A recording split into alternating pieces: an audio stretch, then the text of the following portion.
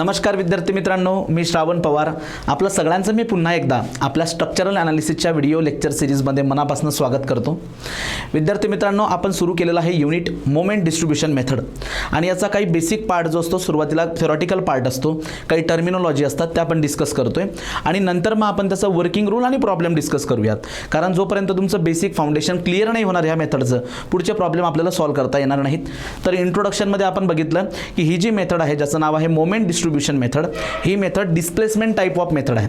Displacement method ज्याच्यामध्ये unknown काय असतात, डिस्प्लेसमेंट असतात.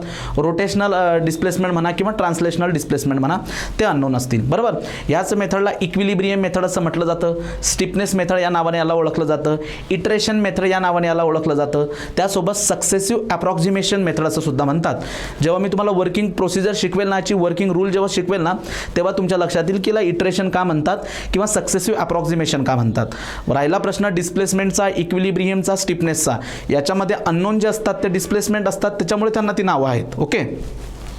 याचा यूज करून आपण जे इनडिटर्मिनेट टाइप ऑफ बीम आहेत किंवा रिजिड जॉइंटेड फ्रेम्स आहेत, तर यांचं ॲनालिसिस आपण करतो. मग ते प्रिझमॅटिक असू द्या किंवा नॉन प्रिझमॅटिक असू द्या, यांचं आपण ॲनालिसिस करत असतो.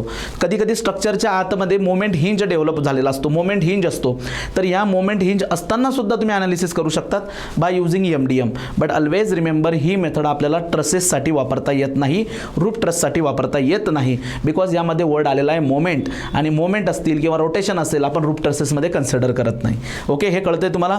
ही मेथड जी आहे मित्रांनो, हार्डी क्रॉस यांनी 1930 मध्ये डेव्हलप केली होती, त्यामुळे बऱ्याचदा याला हार्डी क्रॉस मेथड सुद्धा म्हणतात. याच्यानंतर आपण याचे साइन कन्व्हेन्शन्स बघितले. सेम साइन कन्व्हेन्शन आपण स्लोप डिफ्लेक्शन मध्ये सुद्धा यूज करतो की जर का फिक्स्ड मोमेंट असतील, clockwise positive, anti clockwise negative. Bending मोमेंटच्या बाबतीत सॅगिंग पॉझिटिव्ह, हॉगिंग निगेटिव्ह. आणि त्यानंतर स्लोपच्या बाबतीत जर विचार केला, clockwise slope positive, anti clockwise slope negative. शियरचा विचार केला, जो शियर फोर्स क्लॉकवाईज डायरेक्शनमध्ये इलेमेंटला रोटेट करेल तो पॉझिटिव्ह, अँटी क्लॉकवाईज डायरेक्शनमध्ये रोटेट करेल तो निगेटिव्ह. असे हे बेसिक साइन कन्व्हेन्शन्स आहेत. यानंतर आपल्याला महत्त्वाचा पार्ट डिस्कस करायचा होता, that is the terminology use in the MDM method. तर त्यामध्ये सगळ्यात पहिल्यांदा स्टिफनेस किंवा absolute stiffness. Stiffness and flexibility both are inverse of each other. लक्षात घ्या, इनवर्स टू इच अदर. स्टिफनेसचा अर्थ होतो की तो मेंबर किती रेजिस्टन्स प्रोव्हाइड करतो डिफॉर्मेशनला. जेवढा स्टिफनेस जास्त तेवढं डिफॉर्मेशन कमी, तेवढी फ्लेक्झिबिलिटी कमी. स्टिफनेस कमी म्हणजे फ्लेक्झिबिलिटी त्याची जास्त आहे, तो लवकर डिफॉर्म होतोय. मग स्ट्रक्चरच्या बाबतीत जर विचार करायला गेलं तर आपण स्ट्रक्चरच्या बाबतीत, सो हे स्ट्रक्चरचं स्टिफनेस जास्त असणं गरजेचं आहे, लेस फ्लेक्झिबल पाहिजे, म्हणजे त्याच्यामध्ये लेस डिफॉर्मेशन प्रोड्यूस होतील. ठीक आहे. सो स्टिफनेस किंवा ॲब्सोल्यूट स्टिफनेसला इन जनरल आपण कसं डिफाईन करतो, so the action required to produce unit response. मग कोणती ॲक्शन आणि कोणता रिस्पॉन्स? ॲक्शन फोर्स पण असू शकतं, ॲक्शन मोमेंट सुद्धा असू शकते. रिस्पॉन्सच्या बाबतीत म्हणायला गेलं तर रिस्पॉन्स ट्रान्सलेशनल डिस्प्लेसमेंट असू शकतं, रिस्पॉन्स जो आहे तो रोटेशनल डिस्प्लेसमेंट असू शकतो. ज्यावेळेस ॲक्शन तुमची फोर्स असते, corresponding response is the translational displacement. ज्यावेळेस तुमची ॲक्शन मोमेंट असते, करस्पॉन्डिंग जो रिस्पॉन्स आहे that is the rotational displacement. हे लक्षात घ्या. सो स्टिफनेस आणि ॲब्सोल्यूट स्टिफनेस याची डेफिनेशन काय म्हटली आपण? So it is the action required to produce unit response, किंवा तुम्ही म्हणू शकतात force required to produce unit displacement, किंवा म्हणू शकतात moment required to produce unit rotation.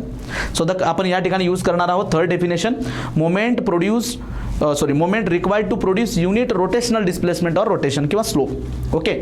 तर मग यामध्ये जेव्हा फार एंड फिक्स असेल तर नियर एंडचं युनिट रोटेशन जर तुम्हाला पाहिजे असेल तर आपल्याला इथं 4EI/L एवढी मोमेंट अप्लाय करावी लागेल, आणि it is known as stiffness of the member. ज्यावेळेस फार एंड त्याचं सिम्पल असेल, सिम्पल इन द सेन्स तो हिंज असू शकतो किंवा रोलर असू शकतो, तर त्यावेळेस नियर एंडला युनिट रोटेशन अप्लाय करण्यासाठी तुम्हाला 3EI/L एवढ्या अमाऊंटची मोमेंट वापरावी लागेल. त्यानंतर तिसरी केस आपण बघितली की when far end is free, so that time there is no requirement of the moment, so stiffness is 0. तर ही सगळ्यात पहिली टर्म झाली मित्रांनो, याला म्हटलं जातं absolute stiffness of the member. ठीक आहे. तर हे झाल्या 3. आता यानंतर 1 बाय 1 आपल्याला बऱ्याचशा टर्मिनॉलॉजी डिस्कस करायच्या आहेत. हे झाली absolute stiffness of the member. पुढे बघूयात आता आपण carry over moment number 2.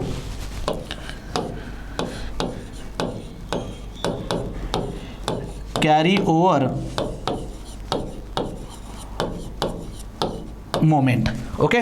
Carry over moment, या कॅरी ओव्हर मोमेंटला आपण डिनोट करतो M डॅशने, M dash. Okay. Carry over moment carry over moment M dash. आता याचा अर्थ काय होतो ते तुम्हाला मी एक्सप्लेन करतो बघा आधी, मग नंतर त्याची डेफिनेशन जी ते आपण नंतर बनवूयात किंवा ती डेफिनेशन आपण लिहूयात. बघा आता मी तुम्हाला 3 केस सांगितले. 3 केस कसे, हा प्रॉप कॅन्टिलिव्हर आहे ज्याचं फार एंड आहे फिक्स आणि हे नियर एंड आहे सिम्पल. दुसरी केस की फार एंड जो आहे तो कसा असेल, हिंज, हा सिम्पल. फार एंड जो आहे तो असेल रोटेशन म्हणजे सॉरी रोलर आणि हा असेल सिम्पल. आणि आणखी एक केस आपण बघितली की फार एंड जो आहे तो असेल free. So it is free. Then हा आहे रोलर, हा आहे हिंज आणि हा आहे राजांनो फिक्स्ड. ओके. तर बघा आपल्याला रोटेशन कुठे भेटेल इथं या ठिकाणी, जेव्हा तुम्ही इथं क्लॉकवाईज डायरेक्शनमध्ये मोमेंट अप्लाय करणार तर तुम्हाला इथं क्लॉकवाईज रोटेशन बघायला मिळेल, थीटा आहे का नाही. जेव्हा तुम्ही क्लॉकवाईज मोमेंट अप्लाय करणार तर तुम्हाला इथं क्लॉकवाईज रोटेशन बघायला मिळेल, थीटा. तो इक्वल टू 1 येण्यासाठी किती मोमेंट अप्लाय करावे लागेल, that is the absolute stiffness. बरोबर. इथं पण तुम्हाला जर थीटा पाहिजे असेल, इथं थीटा जर पाहिजे असेल तुम्हाला क्लॉकवाईज डायरेक्शनमध्ये, सो आपल्याला क्लॉकवाईज डायरेक्शनमध्ये मोमेंट अप्लाय करावी लागेल. लक्षात घ्या. इथं प्रश्न आहे की sir what is the carry over moment. लक्षात घ्या.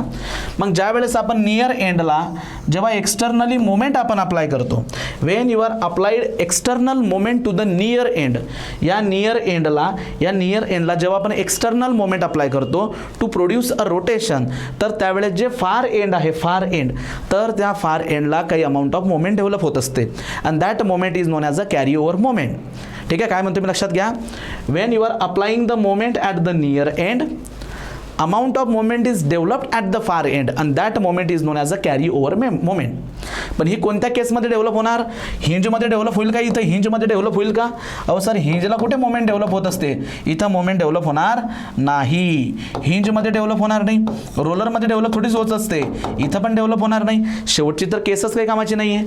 तर कुठे डेव्हलप होणार बघा, ही पहिली केस, कारण याचा फार एंड कसं आहे, फिक्स्ड आहे, तर इथं जी मोमेंट डेव्हलप होत असते it is known as a carry over moment. याला काय म्हणतात, carry over moment.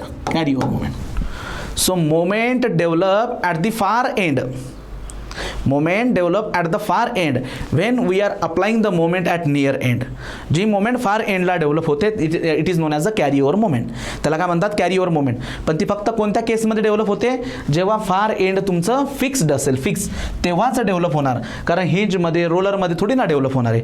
Wien the far end is your fixed, so that time there exist some amount of moment due to the application of external moment, that is known as a carry over moment. आता त्याची magnitude किती असतं आणि nature किती असतं, लक्षात घ्या किती असतं. जी मोमेंट तुम्ही अप्लाय करताय ना त्या मोमेंटच्या हाफ मोमेंट तिथं डेव्हलप होत असते, हाफ. जर तुम्ही इथं एम अप्लाय केलंय तर इथं m/2, इथं 4 किलो न्यूटन मीटर अप्लाय केलं 2 किलो न्यूटन मीटर, 4EI/L जर अप्लाय केली 2EI/L. सो जी मोमेंट तुम्ही अप्लाय करतात त्याचा हाफ पार्ट तिथं डेव्हलप होत असतो. हे झाली मॅग्निट्यूडबद्दल. Sir what is the nature, ज्या नेचरची मोमेंट तुम्ही अप्लाय करताय, तुम्ही क्लॉकवाईज अप्लाय केली तर इथं सुद्धा क्लॉकवाईजच डेव्हलप होणार. जर तुम्ही इथं अँटी क्लॉकवाईज अप्लाय केली तर इथं सुद्धा अँटी क्लॉकवाईजच डेव्हलप होणार. लक्षात घ्या. समजते मी काय म्हणतोय. So again what is the carry over moment. Carry over moment म्हणजे when you are applying the external moment at the near joint, at far joint some amount of moment is developed and that moment is known as a carry over moment. But he develop होत असते जेव्हा far and हे fix असेल. What is the magnitude? It is equal to the m/2 म्हणजे applied moment divided bye 2, किंवा तुम्ही असं म्हणू शकतात half of the applied moment. What is the nature, ज्या नेचरची तुम्ही अप्लाय करताय सिमिलर नेचर, क्लॉकवाईज अप्लाय करा क्लॉकवाईज डेव्हलप होणार, अँटी क्लॉकवाईज अप्लाय करा अँटी क्लॉकवाईज डेव्हलप होणार. कळतंय. यस. तर मग मी आता काय करतो, याला इथं डिफाईन करतो. Okay.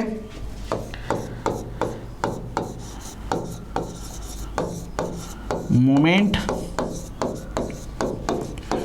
Developed at far fixed end, and due to the application of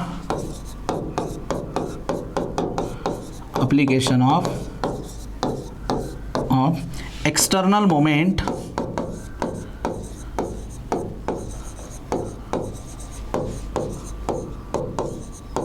at near end. बघा. So moment develop at far fixed end, जर फार एंड फिक्स असेल तेव्हाच, due to the application of external moment at a near end. Due to the application of external moment at a near end. What is the magnitude, याला denote कसं करतात. So magnitude of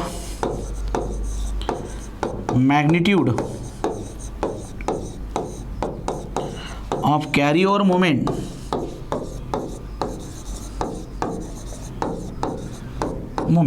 magnitude बघा किती असेल, magnitude किती असेल carry over मोमेंटची, that is equal to बघा m/2. कधी, फार एंड फिक्स असताना, फार एंड फिक्स्ड. ओके, नंतर that is carry over moment is equal to 0. कधी, when the far end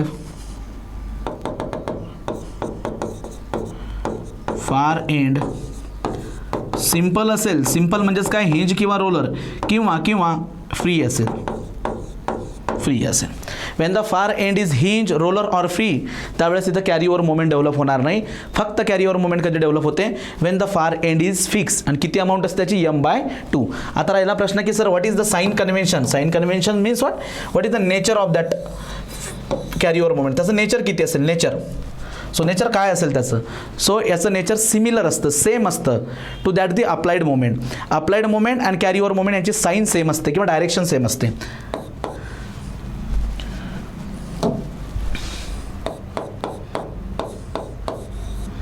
the direction of applied moment and carry over moment is same. Okay, same. Applied moment आणि carry over moment ह्या दोघांची direction कशी असते, same असते. तर मी ह्या सगळ्या गोष्टी इथून आता डिलीट करतो. ओके, आणि तुम्हाला हे प्रॉपरली मी व्यवस्थित लिहून देतो. इथं बघा, केस number 1. Case number 1, fixed end, it is near end,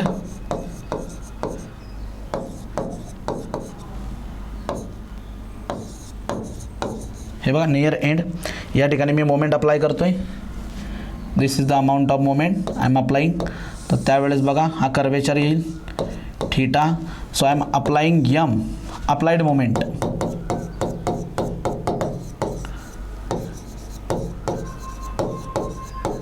applied moment, हे आहे applied moment. Applied moment. Okay,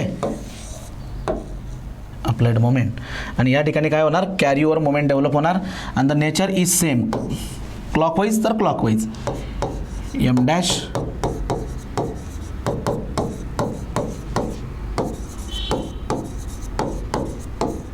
ती किती असते, अप्लाइड मोमेंट डिवायडेड बाय 2. जे काय मोमेंट तुम्ही अप्लाय करणार डिवायडेड बाय 2. फक्त कोणत्या केसमध्ये येणार, Wien the far end is fix. जर का फिक्स असेल तरच येणार. जर तो सिंपल असेल म्हणजे हिंज असेल, रोलर असेल, फ्री असेल, तिथं मोमेंट डेव्हलप होणार नाही. तर ही झाली मित्रांनो 2 नंबरची टर्मिनॉलॉजी. याला आपण म्हणतो carry over moment. Okay, so carry over moment. यानंतर पुढची टर्म आपल्याला डिस्कस करायची आहे carry over factor. Carry over factor next, number 3.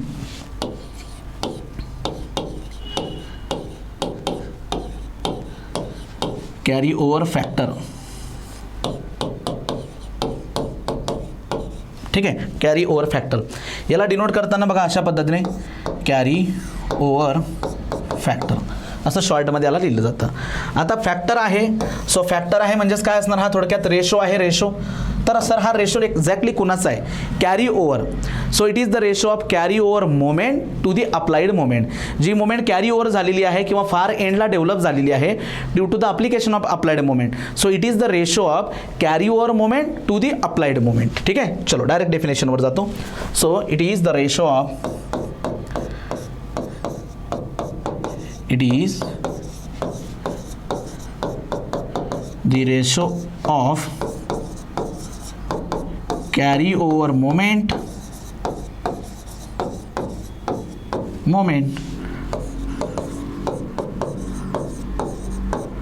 To the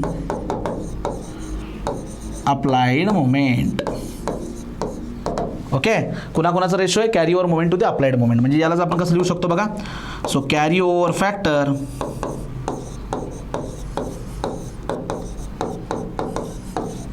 is equal to carry over moment divided by applied moment.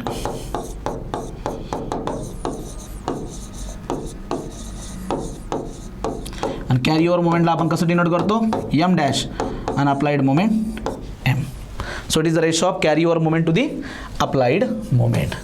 मग मला सांगा, कॅरी ओव्हर मोमेंट जी असते ती कोणत्या केसमध्ये डेव्हलप होते? When the far end is fix. बघा ही केस नंबर 3 जी आहे, थर्ड पॉईंट. सो वेन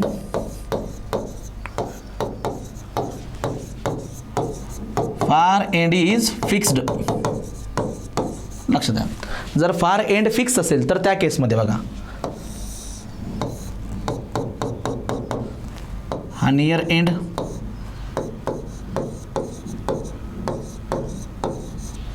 हे फार एंड या ठिकाणी आपण मोमेंट अप्लाय करणार. क्लॉकवाईज मोमेंट अप्लाय केली, सो क्लॉकवाईज रोटेशन आपल्याला बघायला मिळेल मेंबरचं. Okay, clockwise rotation. When you are applying the clockwise moment, applied moment M, तर इथं जो रोटेशन डेव्हलप होणार it is also a clockwise. तर फार एंडला इथं काय डेव्हलप होणार? या एंडला इथं डेव्हलप होणार कॅरी ओव्हर मोमेंट आणि त्याची व्हॅल्यू किती असते? Applied moment by 2 carry over moment. ठीक आहे. मग आता राहिला प्रश्न की sir what is the carry over factor. मग इथं कॅरी ओव्हर फॅक्टर किती असणार? Carry over factor it is the ratio of carry over moment to the applied moment. मग बोला इथं कॅरी ओव्हर मोमेंट किती आहे? It is applied moment divided by 2 and divided by the applied moment, so the final answer is 1/2. तर या केसमध्ये carry over moment किती आली? कॅरी ओव्हर फॅक्टर किती आला? 1/2 म्हणजे 0.5. आता राहिलेल्या ज्या बाकीच्या केस आहेत कोणत्या? थांबा, याला इथं ठेवतो मी. बघा आता पुढच्या केस कोणत्या होत्या? की जेव्हा फार एंड जो आहे बघा या ठिकाणी जर हिंज असेल किंवा फार एंड जर आपला रोलर असेल किंवा फार एंड जर आपला फ्री असेल, बघा फार एंड हिंज रोलर किंवा फ्री असेल तर तिथं कॅरी ओव्हर मोमेंटच डेव्हलप होणार नाही. मग कॅरी ओव्हर मोमेंटच डेव्हलप होणार नाही म्हणजे न्यूमरेटरच जर डेव्हलप होणार नाही तर त्या केसमध्ये याचा कॅरी ओव्हर फॅक्टर किती येणार? 0. So when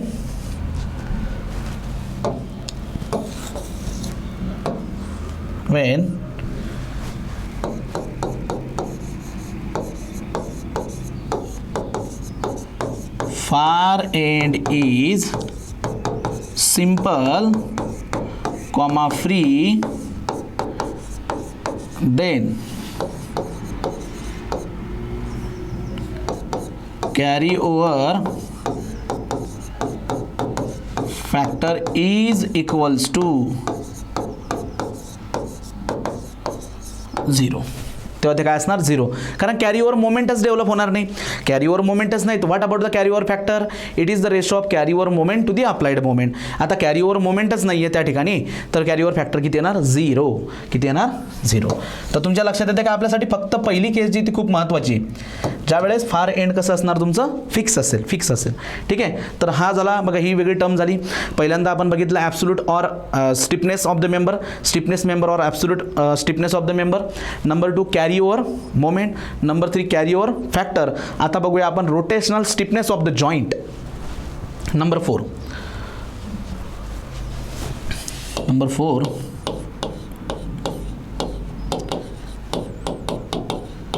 rotational stiffness of joint.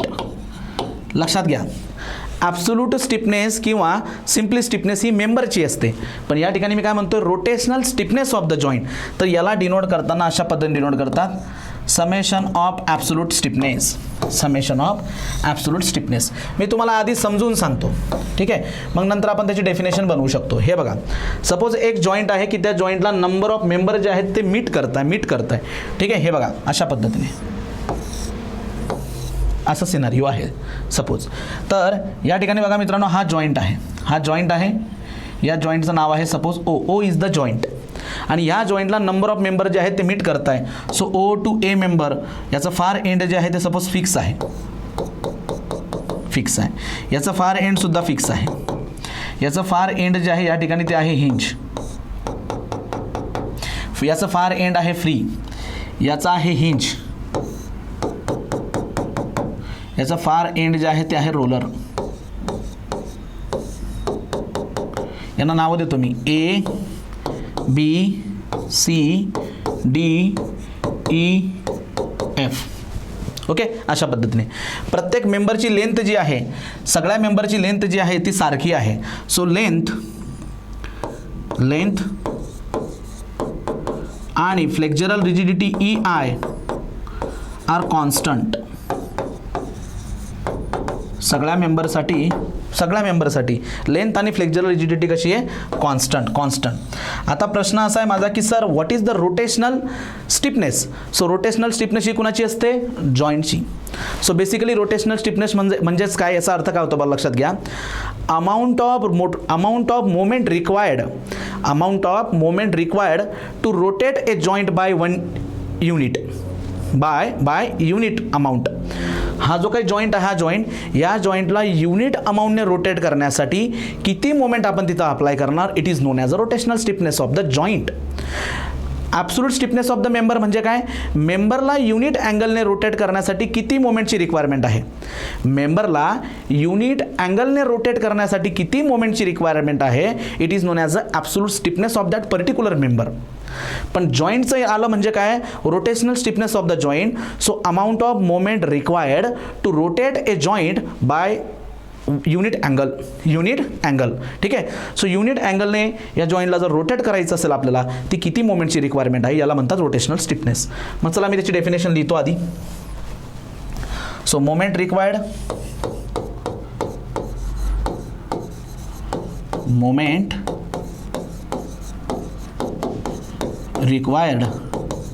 to rotate joint by unit angle is known as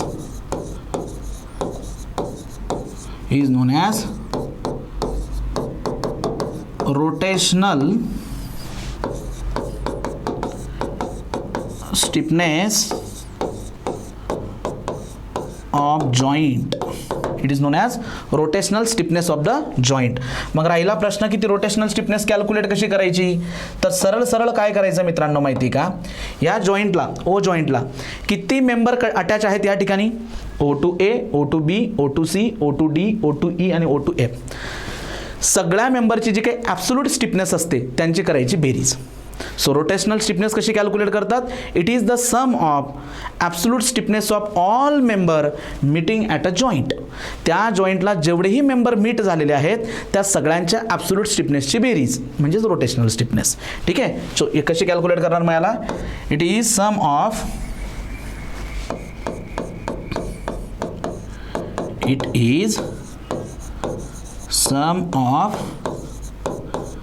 absolute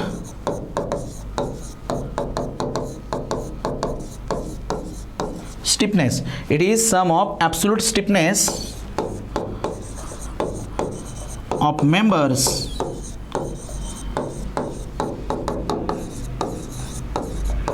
meeting at joint. त्या जॉईंटला जेवढेही मेंबर मीट झालेले आहेत त्या सगळ्यांची ॲब्सोल्यूट स्टिफनेस कॅल्क्युलेट करा आणि त्यांची बेरीज. ठीक आहे. सो हे अशा पद्धतीने आपण काय करत असतो, रोटेशनल स्टिफनेस कॅल्क्युलेट करतो. म्हणून त्याला समेशन ऑफ के ने डिनोट केलं आहे आपण. कशाने, समेशन ऑफ के ने. मग बघा फॉर दिस एक्झाम्पल, या एक्झाम्पलसाठी समेशन ऑफ के जो आहे फॉर ओ जॉईंटसाठी मग कसं कॅल्क्युलेट करणार, absolute stiffness of O A member plus absolute stiffness of OB member plus absolute stiffness of OC member plus absolute stiffness of OD member, then O2E member आणि O2F member. O2F member. तर जेवढेही member त्या ठिकाणी meet झालेले आहेत या सगळ्यांच्या absolute स्टिफनेसची करायची आपल्याला बेरीज. ठीक आहे, काय करायची? बेरीज म्हणजे सम करायची. मग आता इथं लक्षात द्या मित्रांनो, सगळ्यात पहिल्यांदा OA चा विचार करा. आता O2A चा विचार जर केला तर फार एंड कसं आहे? O is the near end. O2A read करतोय मी, O2A. So O is the near end, A is the far end. Far end. So ह्या केसमध्ये फार एंड कसं आहे? फिक्स्ड आहे, fixed. So when the far end is fixed तर याची rotational stiffness किती येणार या ठिकाणी? What is the rotational stiffness of OA member? 4EI divided by L.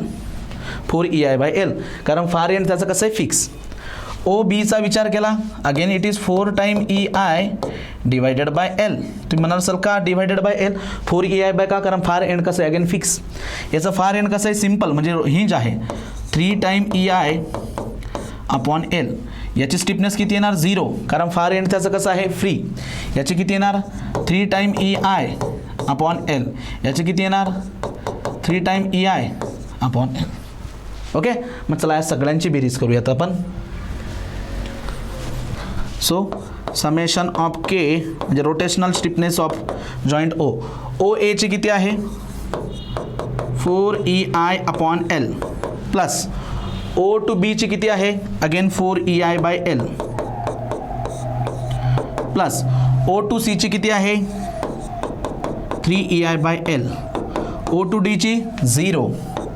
Then O2E again 3EI by L.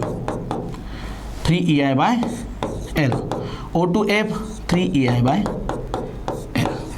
Okay, मग बघा या सगळ्यांची बेरीज करा, या सगळ्यांची बेरीज करा. 3 आणि 3 सॉरी 4 आणि 4 हे 8 झालेत बरोबर, किंवा असं म्हणू शकतात बघा तुम्ही 3 1 3 3 2 6 3 3 9 3 4 12 3 5 15 आणि उरलेले 2 जे आहेत 17. उरलेले 2 म्हणजे इथला एक आणि इथला एक. सो समेशन ऑफ K किती झाला या ठिकाणी? So rotational stiffness of joint it is 17EI upon L बरोबर. 4 आणि 4 8, 3 आणि 3 6 आणि 3 9, 8 आणि 9 17. सो मित्रांनो 17EI बाय L म्हणजे एवढ्या मोमेंटची रिक्वायरमेंट आहे. जेव्हा तुम्ही एवढ्या अमाऊंटचा मोमेंट ह्या ओला अप्लाय करणार तेव्हा तो O जॉईंट जो आहे तो युनिट अँगलने रोटेट करेल. So it is known as a rotational stiffness of the joint. ठीक आहे, याच्यानंतर आणखी काही टर्म्स आहेत जसे की डिस्ट्रीब्युशन फॅक्टर, त्यानंतर relative stiffness of the member. Relative stiffness calculation छोटे करण्यासाठी वापरले जात असते, बट मोस्टली आपण ॲब्सोल्यूट स्टिफनेसचाच वापर करत असतो. आणि तुम्हाला सांगू मी, जेवढ्याही ऑब्जेक्टिव्ह टाईप एक्झाम असतात किंवा कम्पिटेटिव्ह एक्झाम असतात ज्युनियर इंजिनिअरिंगच्या, सब इंजिनिअरिंगच्या, एक्झिक्युटिव्ह इंजिनिअरिंगच्या, तर त्यामध्ये ह्या चॅप्टरचं खूप इम्पॉर्टंट आहे. यांच्यावरनं भरपूर सारे प्रश्न तिथे विचारले जात असतात कारण ह्या खूप बेसिक कन्सेप्ट आहे. तर आणखी ज्या ॲडिशनल कन्सेप्ट आहेत ना त्या आपण पुढच्या व्हिडिओ लेक्चरमध्ये डिस्कस करूयात, कारण सगळे जम्बलिंग नको व्हायला. त्यामुळे थ्योरेटिकल पार्ट मी थोडंसं छोट्या छोट्या व्हिडिओजमध्ये कव्हर करत असतो. नंतर एकदा प्रॉब्लेम सुरू झालेत का मग काही टेन्शनच नाही. तर आता आपण कोणकोणत्या गोष्टी बघितल्यात ते लक्षात घ्या आधी तुम्ही. Carry over moment. ठीक आहे, carry over moment. So what is the carry over moment? Moment develop at the far end when you are applying the moment at near end. जेव्हा तुम्ही नियर एंडला मोमेंट अप्लाय करतात तेव्हा फार एंडला जी moment develop होत असते त्याला म्हणायचं carry over moment. Okay, carry over moment. पण ती फार एंडमध्ये तेव्हाच डेव्हलप होणार जेव्हा फार एंड तुमचा फिक्स्ड असेल. मग पुढचा प्रश्न की सर ती किती अमाऊंटची डेव्हलप होत असते? जेवढी तुम्ही अप्लाय करता divided by 2, applied moment by 2 किंवा half of the applied moment. What is the nature? ज्या नेचरची तुम्ही अप्लाय करताय, सपोज तुम्ही क्लॉकवाईज अप्लाय करताय तर इथं क्लॉकवाईजच डेव्हलप होणार. तुम्ही अँटी क्लॉकवाईज अप्लाय करताय तिथं अँटी क्लॉकवाईजच डेव्हलप होणार. Carry over moment. ठीक आहे, पुढे carry over factor. So it is the ratio of carry over moment to the applied moment. जी मोमेंट फार एंडला डेव्हलप होते डिवायडेड बाय जी मोमेंट तुम्ही अप्लाय केली. So carry over moment divided by the applied moment. ठीक आहे, so when the far end is fix carry over moment किती असणार? हाफ ऑफ द अप्लाइड आणि divided by the applied moment. So carry over factor किती आला? 1/2. आणि जेव्हा far and जे आहे ते फ्री असेल, हिंज असेल, रोलर असेल तर त्या केसमध्ये डायरेक्टली 0. नेक्स्ट टर्मिनोलॉजी आहे rotational stiffness of the joint. Rotational stiffness of the joint means what? It is the amount of moment required to rotate a joint by unit angle. ठीक आहे. थोडक्यात याला असं म्हटलं जातं sum of absolute stiffness of the member meeting at a joint, आणि त्याला अशा पद्धतीने कॅल्क्युलेट करतात. सगळ्या मेंबरचं तुम्हाला काय करायचं, सगळ्या मेंबरची ॲब्सोल्यूट स्टिफनेस कॅल्क्युलेट करा आणि डायरेक्ट त्यांची बेरीज करून टाका. So it is all about the rotational stiffness of the joint. Next video लेक्चरमध्ये आपण डिस्ट्रीब्युशन फॅक्टर नावाची महत्त्वाची कन्सेप्ट आहे आणि त्यानंतर रिलेटिव्ह स्टिफनेस नावाची एक कन्सेप्ट असते, ती पण आपण डिस्कस करूया पुढच्या व्हिडिओ लेक्चरमध्ये. त्यानंतर मग मी तुम्हाला फिक्स अँड मोमेंटचे स्टँडर्ड फॉर्म्युले सांगेल आणि मग डायरेक्टली वर्किंग रूलला आपण सुरुवात करणार. ठीक आहे. तर कोणत्याही प्रकारचा तुम्हाला डाऊट असेल मित्रांनो तर तुम्ही कॉन्टॅक्ट करून मला नक्की विचारत राहा. काही अडचणी असल्यास ऐन वेळेला पेपरमध्ये गोंधळ नको. ठीक आहे. भेटूयात नेक्स्ट व्हिडिओ लेक्चरमध्ये. Thank you so much.